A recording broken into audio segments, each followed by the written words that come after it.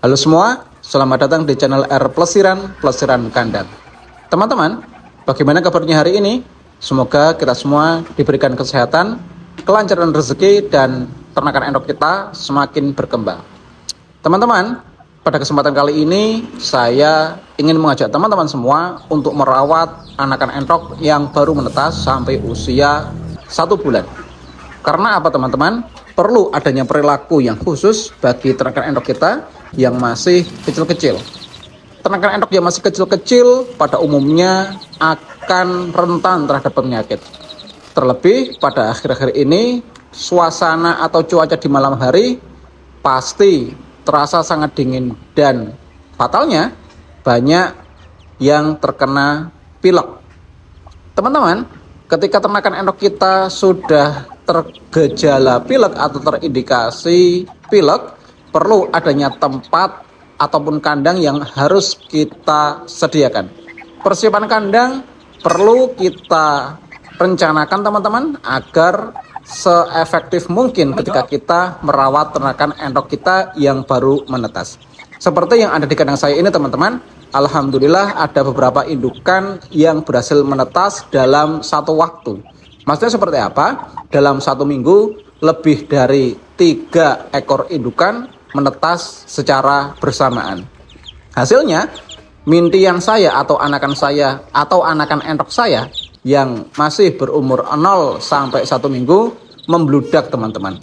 Perlu adanya persiapan kandang sehingga ternakan endok saya ini bisa bertahan hidup. Walaupun nantinya pasti ada 1 sampai 2 ekor yang mati. Itu hal yang wajar teman-teman. Jadi yang perlu kita persiapkan adalah 1, kandang harus tertutup ketika anakan endok kita masih baru menetas sampai umur maksimal 3 hari ya. Kalau sampai 3 hari ini perlu adanya kandang dengan perawatan yang khusus. Maksudnya seperti apa? Perawatan kandang yang khusus adalah 1, kita menggunakan box ya, yang dilengkapi dengan lampu pijar. Lampu pijar ini jangan terlalu panas teman-teman, hanya membutuhkan 1 buah lampu pijar dengan kekuatan 5 watt saja. Ini gunanya untuk menjaga suhu tubuh ternakan endok kita tetap stabil. Yang kedua, berilah pakan yang berprotein tinggi teman-teman. Carilah pakan yang berprotein tinggi. Paling tidak kalau masih untuk starter, proteinnya di angka 20%. Kebanyakan teman-teman membeli ya pakan starter ayam pedaging yang ada di toko-toko pakan. Ini mungkin protein cukup tinggi teman-teman, tetapi dengan harga yang sangat fantastis, per kilonya 12.500 ya, atau 12.500. Perlu adanya pakan starter alternatif. Ini perlu saya berikan penjelasan teman-teman. Kita harus memiliki tempat ya untuk penyediaan pakan starter alternatif. Bukan pakan alternatif, tetapi pakan pabrikan dengan harga yang cukup murah. Teman-teman bisa meminta bantuan kepada teman-teman yang lain untuk membeli ya pakan ayam pedaging ya, yang ada di kandang-kandang besar dengan kapasitas katakanlah 30.000. Ketika sudah masa panennya habis ya, dan ada sisa pakan, monggo silakan untuk ditembusi dan dibeli pakannya. Karena apa? Dengan pakan yang berprotein tinggi akan mempercepat pertumbuhan ternakan endok kita di usia 0 sampai 1 minggu. Ketika sudah berumur lebih dari 1 minggu, perlu kita pindah dengan kandang yang mampu menetralisir ya amoninya yang ada di dasar kandang. Di kandang saya sudah saya desain sedemikian rupa dengan kandang panggung teman-teman. Kandang panggung ini gunanya 1 untuk menghindarkan ternakan endok saya yang masih kecil-kecil usia 0 sampai 1 bulan ya. Saya pindah ke sini ketika sudah umur 1 minggu, akan bertahan sampai umur 1 bulan. Dengan desain kandang panggung yang jaraknya lumayan jauh ya dari dasar kandang, di bawahnya langsung maggot teman-teman, sehingga ketika ada kotoran entok yang keluar dari entok tersebut atau entok kita yang masih kecil-kecil ini membuang kotoran, maka akan langsung dimakan oleh maggot-maggot peliharaan saya. Dengan konsep kandang panggung teman-teman, ternakan entok kita satu akan lebih sehat, yang kedua akan terlihat lebih cerah ya, karena pastinya dengan kandang panggung ini dasar lantai kandang akan tetap kering. Dengan mendesain kandang panggung seperti ini, pantauan kita ke ternakan entok kita perlu kita seintensif mungkin ya, dengan pemeliharaan yang sangat efektif. Saya tidak pernah menyapu dasar kandang dan tidak pernah membuang kotoran entok saya. Karena apa? Begitu ternakan entok saya mengeluarkan kotoran, langsung disantap oleh maggot-maggot yang ada di bawah kandang. Dengan konsep kandang panggung teman-teman, bisa memelihara cacing tanah ya, cacing tanah.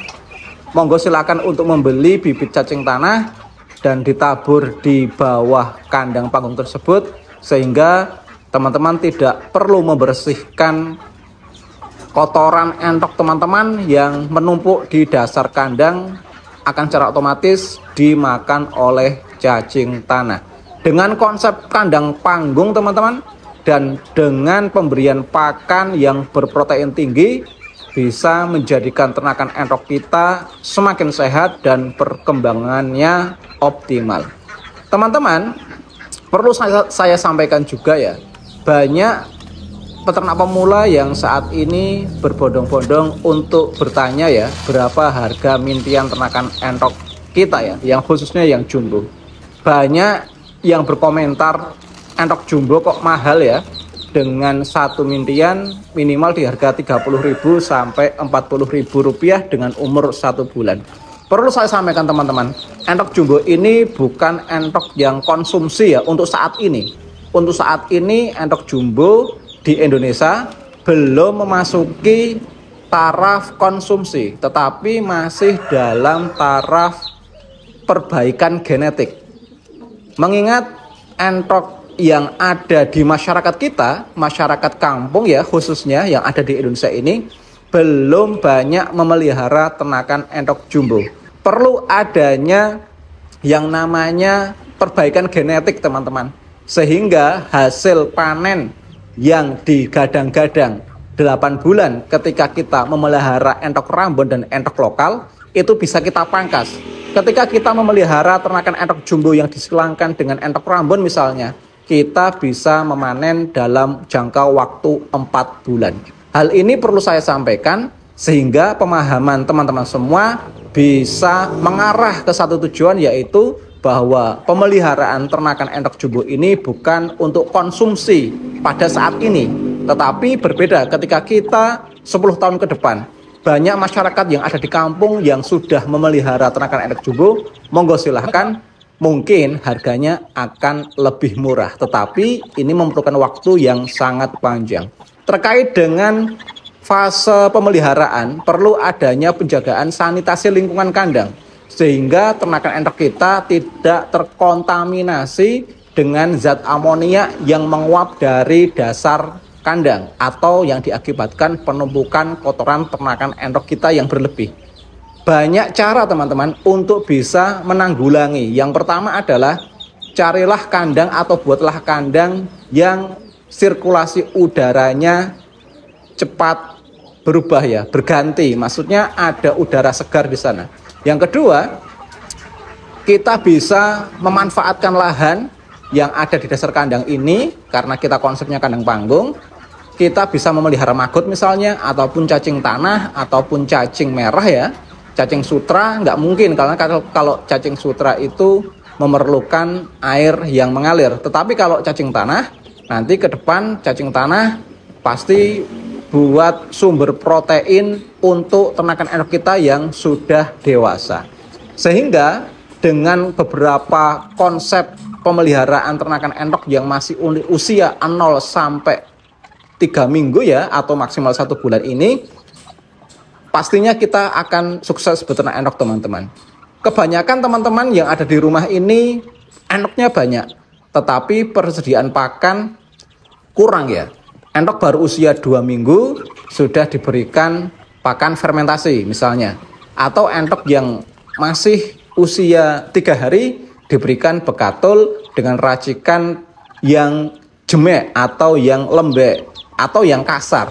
Padahal endok yang di usia segitu perlu adanya asupan protein yang lebih tinggi daripada asupan karbohidrat. Ini perlu dipahami ya teman-teman ya, sehingga ketika kita memberikan pakan yang asal-asalan terhadap ternakan endok kita yang masih usia di bawah 1 bulan, pertumbuhannya pasti akan terganggu. Jangan salah kalau teman-teman membeli bibit ternakan endok jumbo yang kualitas kontes misalnya, 1 ekor Rp150.000.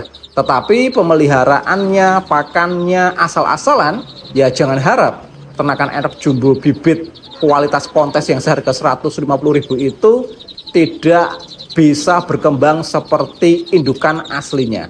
Ini perlu diingat teman-teman, jangan menyalahkan peternaknya ketika kita membeli ternakan endok jumbo dengan harga yang mahal, tetapi setelah kita pelihara ya 1 bulan atau 2 bulan kok masih kecil atau kurus ya.